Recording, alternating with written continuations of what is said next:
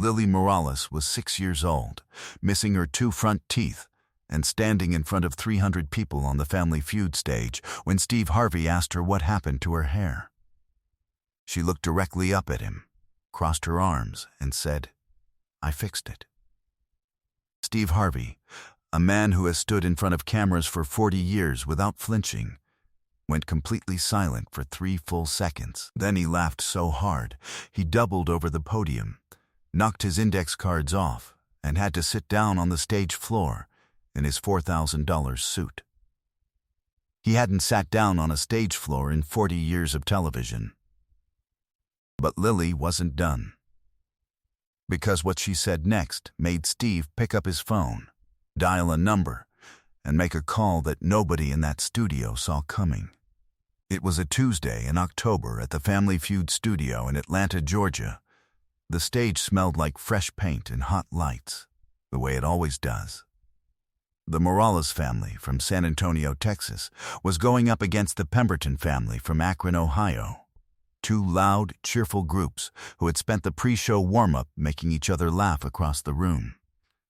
Lily's mother, Carmen, had introduced the family with the kind of nervousness that shows up only in people who haven't slept enough. She kept touching the back of her own hair. Carmen's mother noticed and gently moved her hand back to her side. Lily stood at the end of the family row in a white dress with small yellow flowers, and her hair was extraordinary. On the left side of her head, it fell in a perfect wave to her shoulder.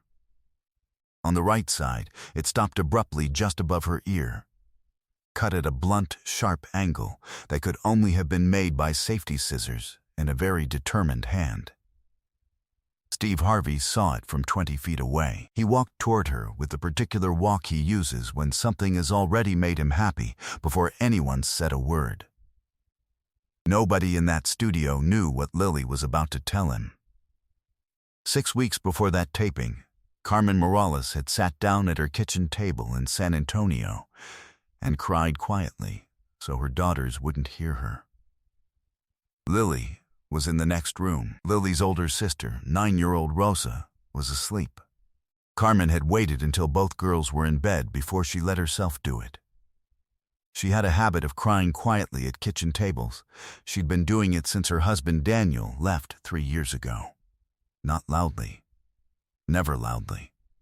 She'd gotten very good at calibrating the sound to exactly the volume that couldn't travel through drywall. The crying that night had a specific cause. It wasn't grief. It wasn't loneliness. It was a dental bill for $2,400 that she did not have. Lily had a nerve infection in her back molar, the kind that doesn't announce itself slowly. One day Lily said her tooth hurt. 2 days later, her face had swollen enough that Carmen drove her to the emergency room at 11 p.m. The ER gave her antibiotics and told her to see a dentist Monday. The dentist said the tooth needed to be pulled. The specialist who needed to pull it charged $2,400. Carmen's insurance had covered $180 of it. The rest was hers. She had $347 in her checking account. Carmen worked 32 hours a week as a medical records coordinator at a clinic in northwest San Antonio. She made $17 an hour. After rent, utilities, groceries, and the minimum payment on the credit card she'd been carrying since Daniel left, she had approximately $0 that did not already belong to something else. She had called the dental specialist's billing office to ask about a payment plan. The billing coordinator had been kind. She'd said they could do 12 monthly payments of $185. Carmen had done the math in the car on the way home. She did not have $185 a month available. She had $60. She called back and explained that. The billing coordinator had said she was sorry. Carmen said she understood. Then Carmen sat in the parking lot of the dental office for 11 minutes before she drove home. She made rice and beans that night. Lily ate 2 helpings and said it was the best dinner she'd ever had. Carmen said, "Thank you, baby," and when Lily asked if she was sad, Carmen said no, just tired.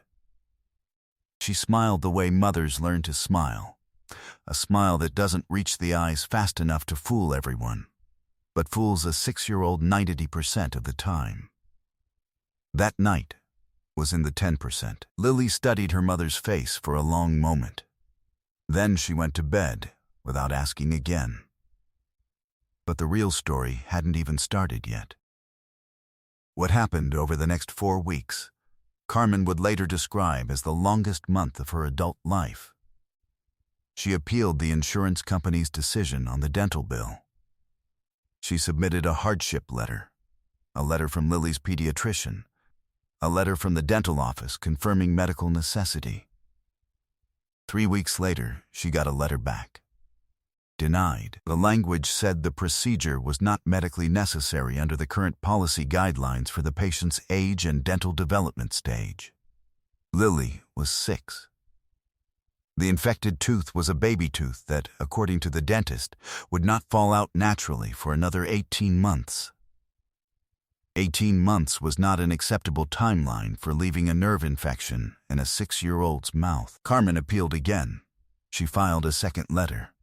She called the insurance company's member services line 4 times. The first agent told her to resubmit with additional documentation. She did. The second agent told her the second appeal was pending. The third agent told her there was no second appeal on file and she would need to resubmit. She resubmitted. The fourth time she called, she was on hold for 22 minutes before the line disconnected. The tooth was pulled on a Thursday in September. Carmen paid the $2,400 on a credit card she had not used in 2 years and had kept only for emergencies. The interest rate was 24%. She drove home from the dental office, and Lily fell asleep in the back seat with a piece of gauze in her cheek. Carmen drove 35 miles an hour the whole way and didn't turn on the radio. She had applied to Family Feud 6 months earlier, back before the dental bill, back when applying to game shows had seemed like a hopeful thing to do on a Sunday afternoon when both girls were at their grandmother's. She'd made the family video in the backyard. She'd almost forgotten about it. When the production company called and told her the family had been selected, she'd had to sit down. It felt like God tapping her on the shoulder when she wasn't watching. She'd told her mother, who'd started crying. She'd told Rosa, who'd started jumping. She hadn't told Lily yet because she wanted to see Lily's face when she found out for real. And then, 6 weeks before the taping date, Lily had gotten the toothache, and the whole world had rearranged itself into before the bill and after the bill. Carmen brought both girls to Atlanta on a Tuesday. They flew on a budget airline. Rosa sat with her face against the window for the whole flight. Lily slept. The morning of the taping, Carmen was doing Lily's hair in the hotel bathroom mirror when her phone rang. It was her mother calling to wish them luck. Carmen stepped out to take it. She was on the phone for 7 minutes. When she came back to the bathroom, Lily had Carmen's sewing scissors in her hand and had made a decisive correction to the right side of her hair. She'd cut it at a straight horizontal line just above her ear. There were approximately 4 inches of hair on the bathroom floor. Carmen stood in the doorway. She looked at the hair. She looked at Lily. And then, because Carmen Morales was a woman who had cried quietly at kitchen tables for 3 years without anyone handing her a choice, she took a very slow breath and asked Lily why. Lily said it was going in the wrong direction. And then she said something that made Steve Harvey, standing on a television stage 2 hours later, put his hand over his chest like a man who has just felt the air go out of a room. And then Lily said something that no one in that studio was prepared for. Carmen had picked up the hair off the bathroom floor and put it in the trash. She had reparted Lily's hair and clipped back what was left on the right side. And they had gone to the taping, and Carmen had spent the morning smiling at the producers and answering warm-up questions and introducing her family while carrying the dental bill and the credit card and the $2,400 and the 24% interest and the 4 appeals, and the 22 minutes on hold, and the disconnected call all inside her chest, where she had learned to carry things that couldn't be spoken. When the producer had leaned down to Lily backstage and asked if she was excited, Lily had said yes. When he'd pointed at the asymmetrical haircut and gently asked what happened, Lily had said, "I fixed it." The producer had blinked. He hadn't written that one up. On the stage, when Steve crouched down to Lily's level and asked the same question, she gave him the same answer. "I fixed it." And Steve had laughed the way he laughs when something is so purely itself that he can't do anything else. He'd asked her what she fixed exactly. Lily had pointed to the right side. She'd said, with the authority of someone who has thought this through completely, "It was going the wrong way. So I cut it until it stopped." Steve had looked at the audience. The audience had looked at Steve. 300 people had been on the edge of laughter for a full 15 seconds. And then Steve had crouched back down and asked, very gently, "Did your mama know you were going to do that?" Lily had paused. She had looked up at Carmen. Carmen's eyes had done something they sometimes do. They'd caught the light and held it a half-second too long. Lily had looked back at Steve.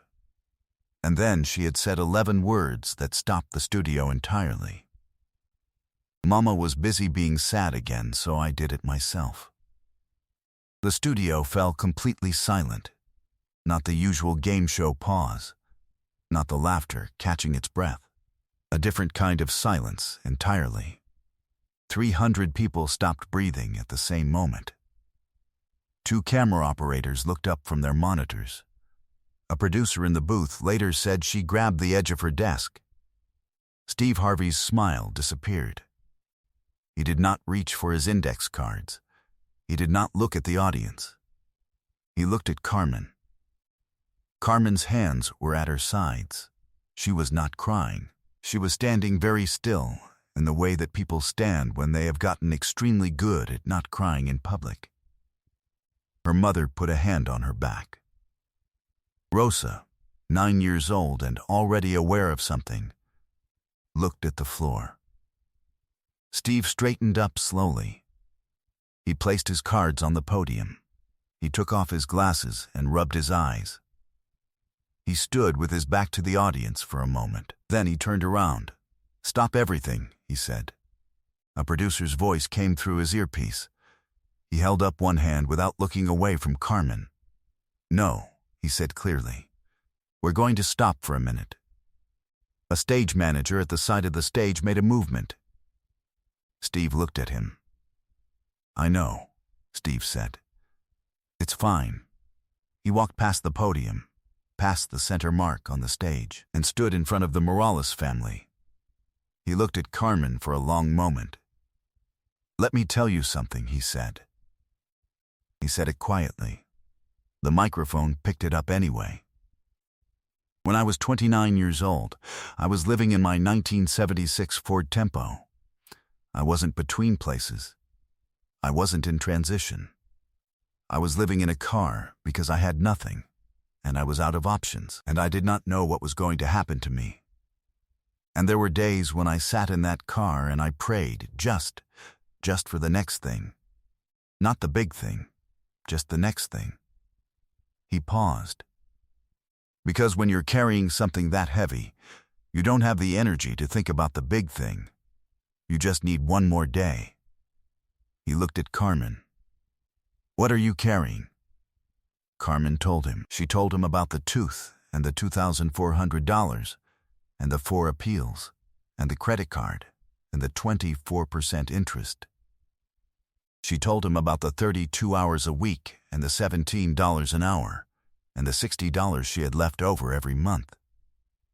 She told him that Daniel had been gone 3 years and that the girls didn't always know how tight things were. But sometimes, Lily noticed. She told him about the hair in the bathroom that morning.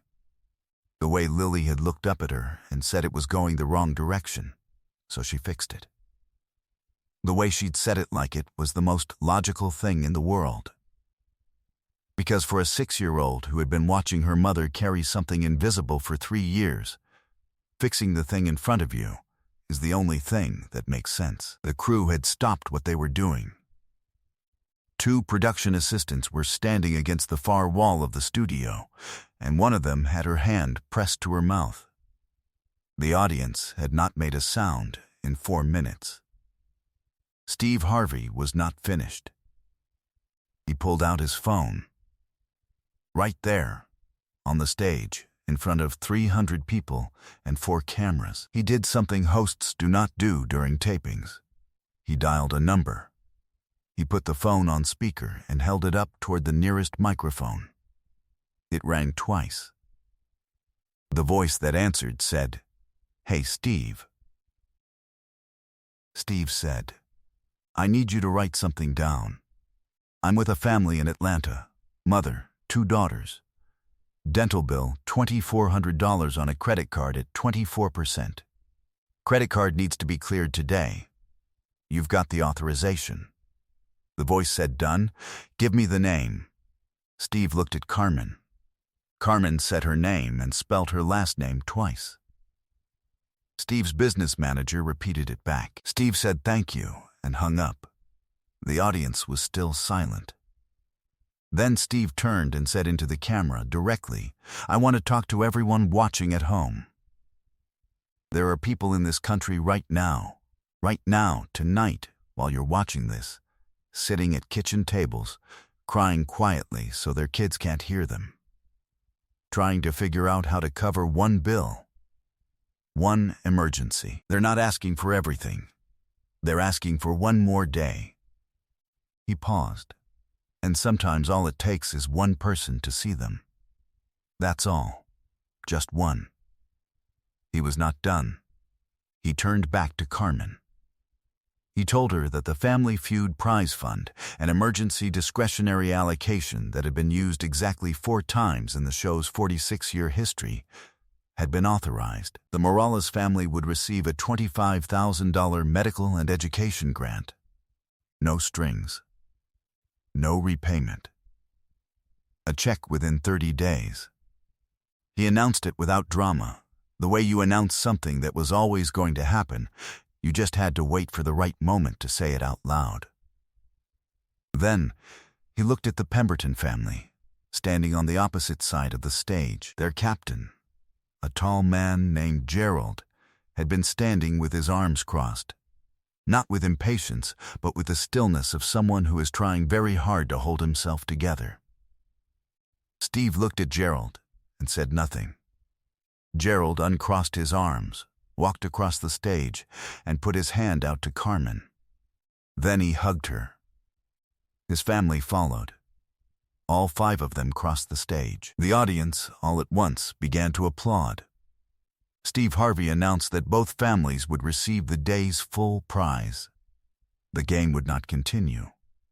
Both families were going home with the prize money. He sat back down on the stage floor for a moment, not from exhaustion, from something else entirely, and Lily walked over, sat down next to him, and took his hand like it was the most natural thing in the world.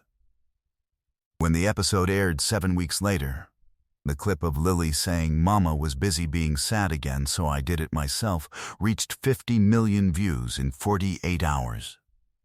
It trended in 14 countries.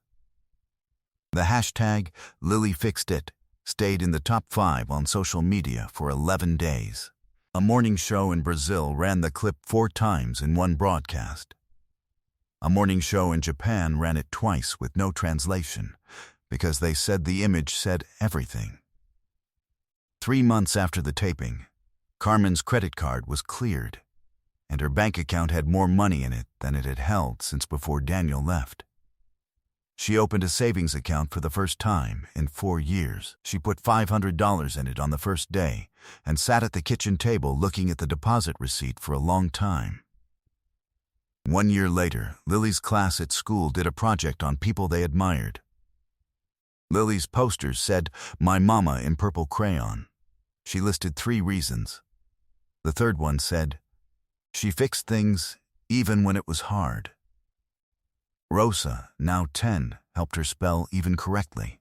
Today, Carmen coordinates a dental care access program at her clinic that connects uninsured and underinsured families in Bexar County with emergency dental services. The program has helped 847 families since it launched. It is called the Lily Fund. Its motto, taken from what Lily said in the hotel bathroom that October morning, is, "It was going the wrong way. So we fixed it."